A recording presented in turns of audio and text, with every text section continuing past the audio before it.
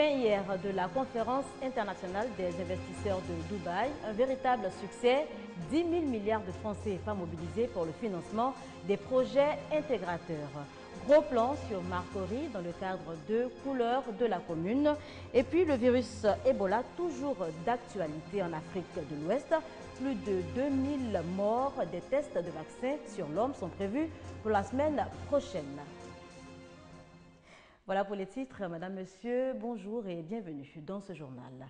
Fin hier de la conférence internationale des investisseurs de Dubaï. Un véritable succès selon les participants. 6 chefs d'État de l'UEMOA, dont le président Alassane Ouattara, ont présenté des projets intégrateurs aux investisseurs internationaux. Plus de 10 000 milliards de francs CFA ont été mobilisés. Ouvrons la page santé de ce journal avec cet atelier d'échange entre le ministre de la Santé et les professionnels des médias. Le ministère de tutelle entend impliquer ces derniers dans la lutte contre la mortalité maternelle, néonatale et infantile. Par Gassoro Kone, Léon Brou. L'ambition est de construire avec vous, les amis de la presse, un réseau de professionnels des médias engagés dans la lutte contre la mortalité maternelle, néonatale et infantile en Côte d'Ivoire. En ces mots, la ministre de la Santé et de la lutte contre le sida, Raymond Goudou Kofi, a expliqué le sens de l'atelier d'échange entre son département, des partenaires au développement et les médias nationaux. La communication est vraiment un des premiers éléments qui permettent justement de faire passer les actions du gouvernement et vous êtes un peu les porte-parole au niveau du monde entier sur ce que vous dites et ce que vous écrivez. L'initiative du ministère de la Santé et de la lutte contre le sida bénéficie du soutien des représentants de l'Organisation mondiale de la santé OMS et du Fonds des Nations unies pour l'enfance UNICEF. Face aux défis actuels en matière de réduction de la mortalité maternelle et infanto-juvénile, il est essentiel de faire non seulement un bilan des interventions menées à ce jour et d'analyser les couloirs d'étranglement, mais surtout d'adopter une approche stratégique harmonisée de communication permettant de contribuer de manière efficace, efficiente et durable à la réduction de la mortalité chez la mère et l'enfant. En Côte d'Ivoire, le ministère de la Santé et de la lutte contre le sida estime à 614 le nombre de décès maternels pour 100 000 naissances et 108 pour 1000 le taux de mortalité infanto-juvénile. Plus de consommation de viande de brousse, respect strict des règles d'hygiène, autant de mesures qui amènent à un changement radical de comportement pour éviter donc le virus Ebola. À Abangourou, dans l'Indien Djuablin, la consigne est respectée à la lettre. Franck Quadio. La bonbonne d'eau et le tube de savon liquide, une des deux armes contre la fièvre hémorragique Ebola. Nous sommes à Abangourou, capitale de l'Indénié Djuablin. À l'autre bout de la ville, le ministre de la Culture vient d'arriver pour le festival Vacances Culture. Une fois au corridor, le geste salvateur est accompli. Vous savez que dès son retour de vacances, le chef de l'État a présidé une réunion du Conseil national de sécurité sur la question de l'Ebola pour dire aux Ivoiriens que le gouvernement est mobilisé. Se laver les mains et éviter d'en serrer, de même les accolades. Quelques prescriptions bien connues et appliquées par tous. Un tour dans les espaces à consommation du centre-ville. Depuis l'entrée en vigueur de la recommandation du gouvernement interdisant tout contact avec la viande de brousse, les habitudes des tenancières de restaurants plein air ont bien changé. Du lapin, dindon, poisson. Le poisson aussi est devenu cher à cause de l'Ebola. Vrai là, on ne peut pas payer. Un seul poisson, tu payes à 3 000. Tu viens, tu découpes, tu as 5 morceaux dedans. Tu ne trouves pas ton argent. Tu prends 6 poissons à 10 000. Ça ne fait pas affaire. Le poisson donc comme alternative, une contrainte entre autres à laquelle devraient s'habituer les clients. Bon, le bien fondé, étant donné que c'est pour protéger notre santé, nous sommes obligés de suivre. Mais sinon, franchement dit, bon... Pendant ce temps, à Bétier, à 90 km de là, les gels-mains qu'on croyait ne faire fureur qu'à Abidjan manquent sur les étagères de la pharmacie locale. Au début, la population n'était pas trop motivés par ces mesures. Les gens je ne sais pas si les gens ne croyaient pas, mais c'est maintenant même qu'on sent un engouement. Il y a beaucoup demandé. Et les grossistes même nous disent que c'est en rupture chez eux. Donc nous pensons que dans la semaine, il y aura un approvisionnement. Bétier, Zaranou, Abengourou, comme partout en Côte d'Ivoire, c'est à qui se protège le mieux contre ce virus qui, en Afrique de l'Ouest, a déjà fait plusieurs victimes. Plus de 2280 morts dus au virus Ebola franco-adien en Afrique de l'Ouest. Toujours pas de traitement, une lueur d'espoir cependant. Les premiers essais sur l'homme d'un vaccin Ebola sont prévus pour la semaine prochaine sur des volontaires donc, mais les spécialistes restent sceptiques. Ils restent très prudents, ces scientifiques américains. Le vaccin qu'ils développent contre Ebola a montré des résultats sur les chimpanzés. Place donc aux essais sur l'homme. Mais rien n'est gagné, rappelle-t-il. Il a été administré pour la première fois la semaine dernière à un être humain. Alors nous ne savons pas encore s'il est sûr et encore moins s'il sera efficace. 10 ans, c'est ce qu'il faut habituellement pour développer un vaccin. Et même si cette fois la recherche se fait à marche forcée, il existe des délais incompressibles.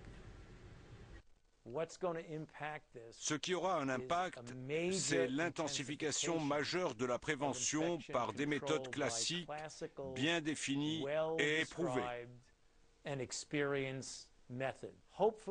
On espère qu'un vaccin pourra contribuer à cette prévention, mais à ce stade, il n'existe aucune garantie. Sur le terrain, face à l'urgence, la Sierra Leone s'apprête à prendre une mesure drastique. Le confinement de toute sa population pendant 3 jours la semaine prochaine. Objectif, localiser les malades et éviter qu'ils ne contaminent d'autres personnes. Au début, c'est un confinement de 3 jours, mais le gouvernement pourrait le prolonger. Si cela a un impact sur la propagation de la maladie, on pourrait peut-être continuer quelques jours. Cette mesure, certains comme Médecins sans frontières la jugent inefficace. D'autant que les structures manquent déjà cruellement de lits pour accueillir les malades. Et bonne nouvelle pour les malades, l'unique cas de malade dû au virus Ebola déclaré au Sénégal est hors de danger. Le jeune étudiant guinéen qui avait réussi à pénétrer le Sénégal est déclaré donc guéri. L'annonce a été faite par le ministère de la Santé. Toute autre chose à présent, lutte contre la cherté de la vie en Côte d'Ivoire, la FENACOVICI, la Fédération nationale des coopératives de vivriers de Côte d'Ivoire en fait une priorité. Elle installe depuis quelques jours des balances électroniques sur les marchés d'Abidjan. Fatou Fofana. Commercialiser les produits vivriers au kilogramme sur nos différents marchés, c'est le projet dans lequel s'est lancée la FENACOVICI, Fédération nationale des coopératives de vivriers en Côte d'Ivoire, depuis maintenant plusieurs mois. Et une nouveauté depuis ce lundi, l'introduction de la balance électronique. Le concept séduit les consommateurs, d'autant plus qu'il leur permet de se ravitailler à moindre coût. Bon, je vois que le kilo là, ça m'arrange. C'est qu'on place au marché là. Je vois que c'est un peu cher par rapport à kilo là. Voilà pourquoi j'ai acheté kilo là. Ces balances d'un nouveau type sur nos marchés nécessitent un réglage particulier et des spécialistes s'en chargent. Ils forment également les commerçantes à l'usage de l'appareil au quotidien. Ils sont venus nous montrer comment on utilise. Il n'y aura pas de problème dans ça. Il est là, on appuie, ça sort, le prix sort. Pour la FENACOVICI, il s'agit d'un projet gagnant à tout point de vue. Nous avons voulu installer niveau mesure des balances sur nos marchés parce que il y a trop d'histoires sur la pratique ancienne. En même temps, tu vois le poids, tu vois l'argent que tu dois payer, tu vois ton kilogramme que tu as demandé. Tu ne vas plus dire que les femmes là, on me vole. À l'issue de la phase pilote qui concerne seulement 2 marchés à Abidjan, il va s'agir d'installer ces balances électroniques partout à Abidjan et même à l'intérieur du pays. À présent, focus sur la commune de Marcory. C'est dans le cadre de votre rubrique Couleur de la commune, vous avez dû le remarquer, depuis hier, nous vous faisons découvrir la cité. Marcory, une commune chic, commune propre, une commune en plein chantier pour donc le mieux-être des populations. Pendant une semaine, vous aurez le droit de tout savoir donc sur le quotidien des habitants et les grands chantiers de la municipalité, notamment l'autonomie des femmes.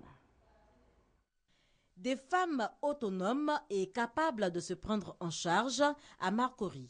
Telle est l'ambition du maire Raoul Abi et du conseil municipal de la commune. L'équipe municipale a pour cela dégagé au mois de juin dernier une enveloppe de 100 millions de francs CFA pour le financement des projets des femmes dans le cadre de l'opération Prêt à taux zéro. 1630 femmes y ont souscrit et 325 ont été retenues pour une première vague. Depuis quelques semaines donc, les femmes de Marcory se succèdent au foyer des jeunes de la commune pour récupérer leurs chèques afin de démarrer leurs activités. À ce jour, 200 d'entre elles ont déjà reçu leur financement. Nous favorisons plutôt des prêts aux femmes les plus démunies parce que l'objectif est de sortir ces gens de la pauvreté. Moi, je ne suis pas trop partant pour les prêts de 2,5 millions, 3 millions, parce que bon, celui qui vous demande 2,5 millions n'est pas un pauvre. Nous avons demandé une somme de 2,5 millions qui a été accordée à l'association et nous avons remis, cette somme a été distribuée à toutes les femmes de l'association. Nous avons 60 femmes au total et il y a eu 13 femmes qui ont bénéficié de ce fonds. Aujourd'hui, elles sont à l'œuvre.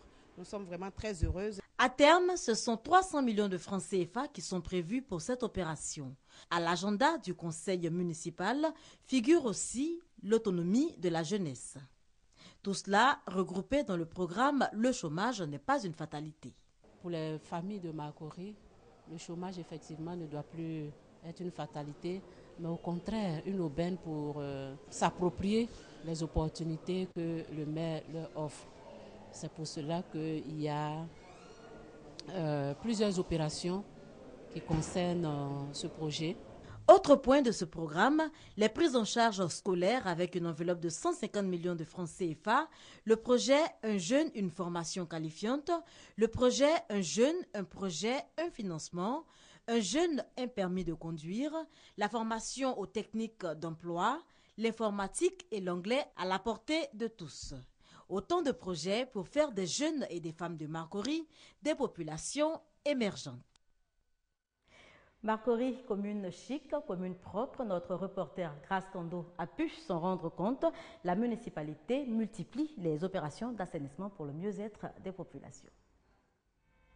Marcory, commune propre, commune chic, un enjeu pour le conseil municipal.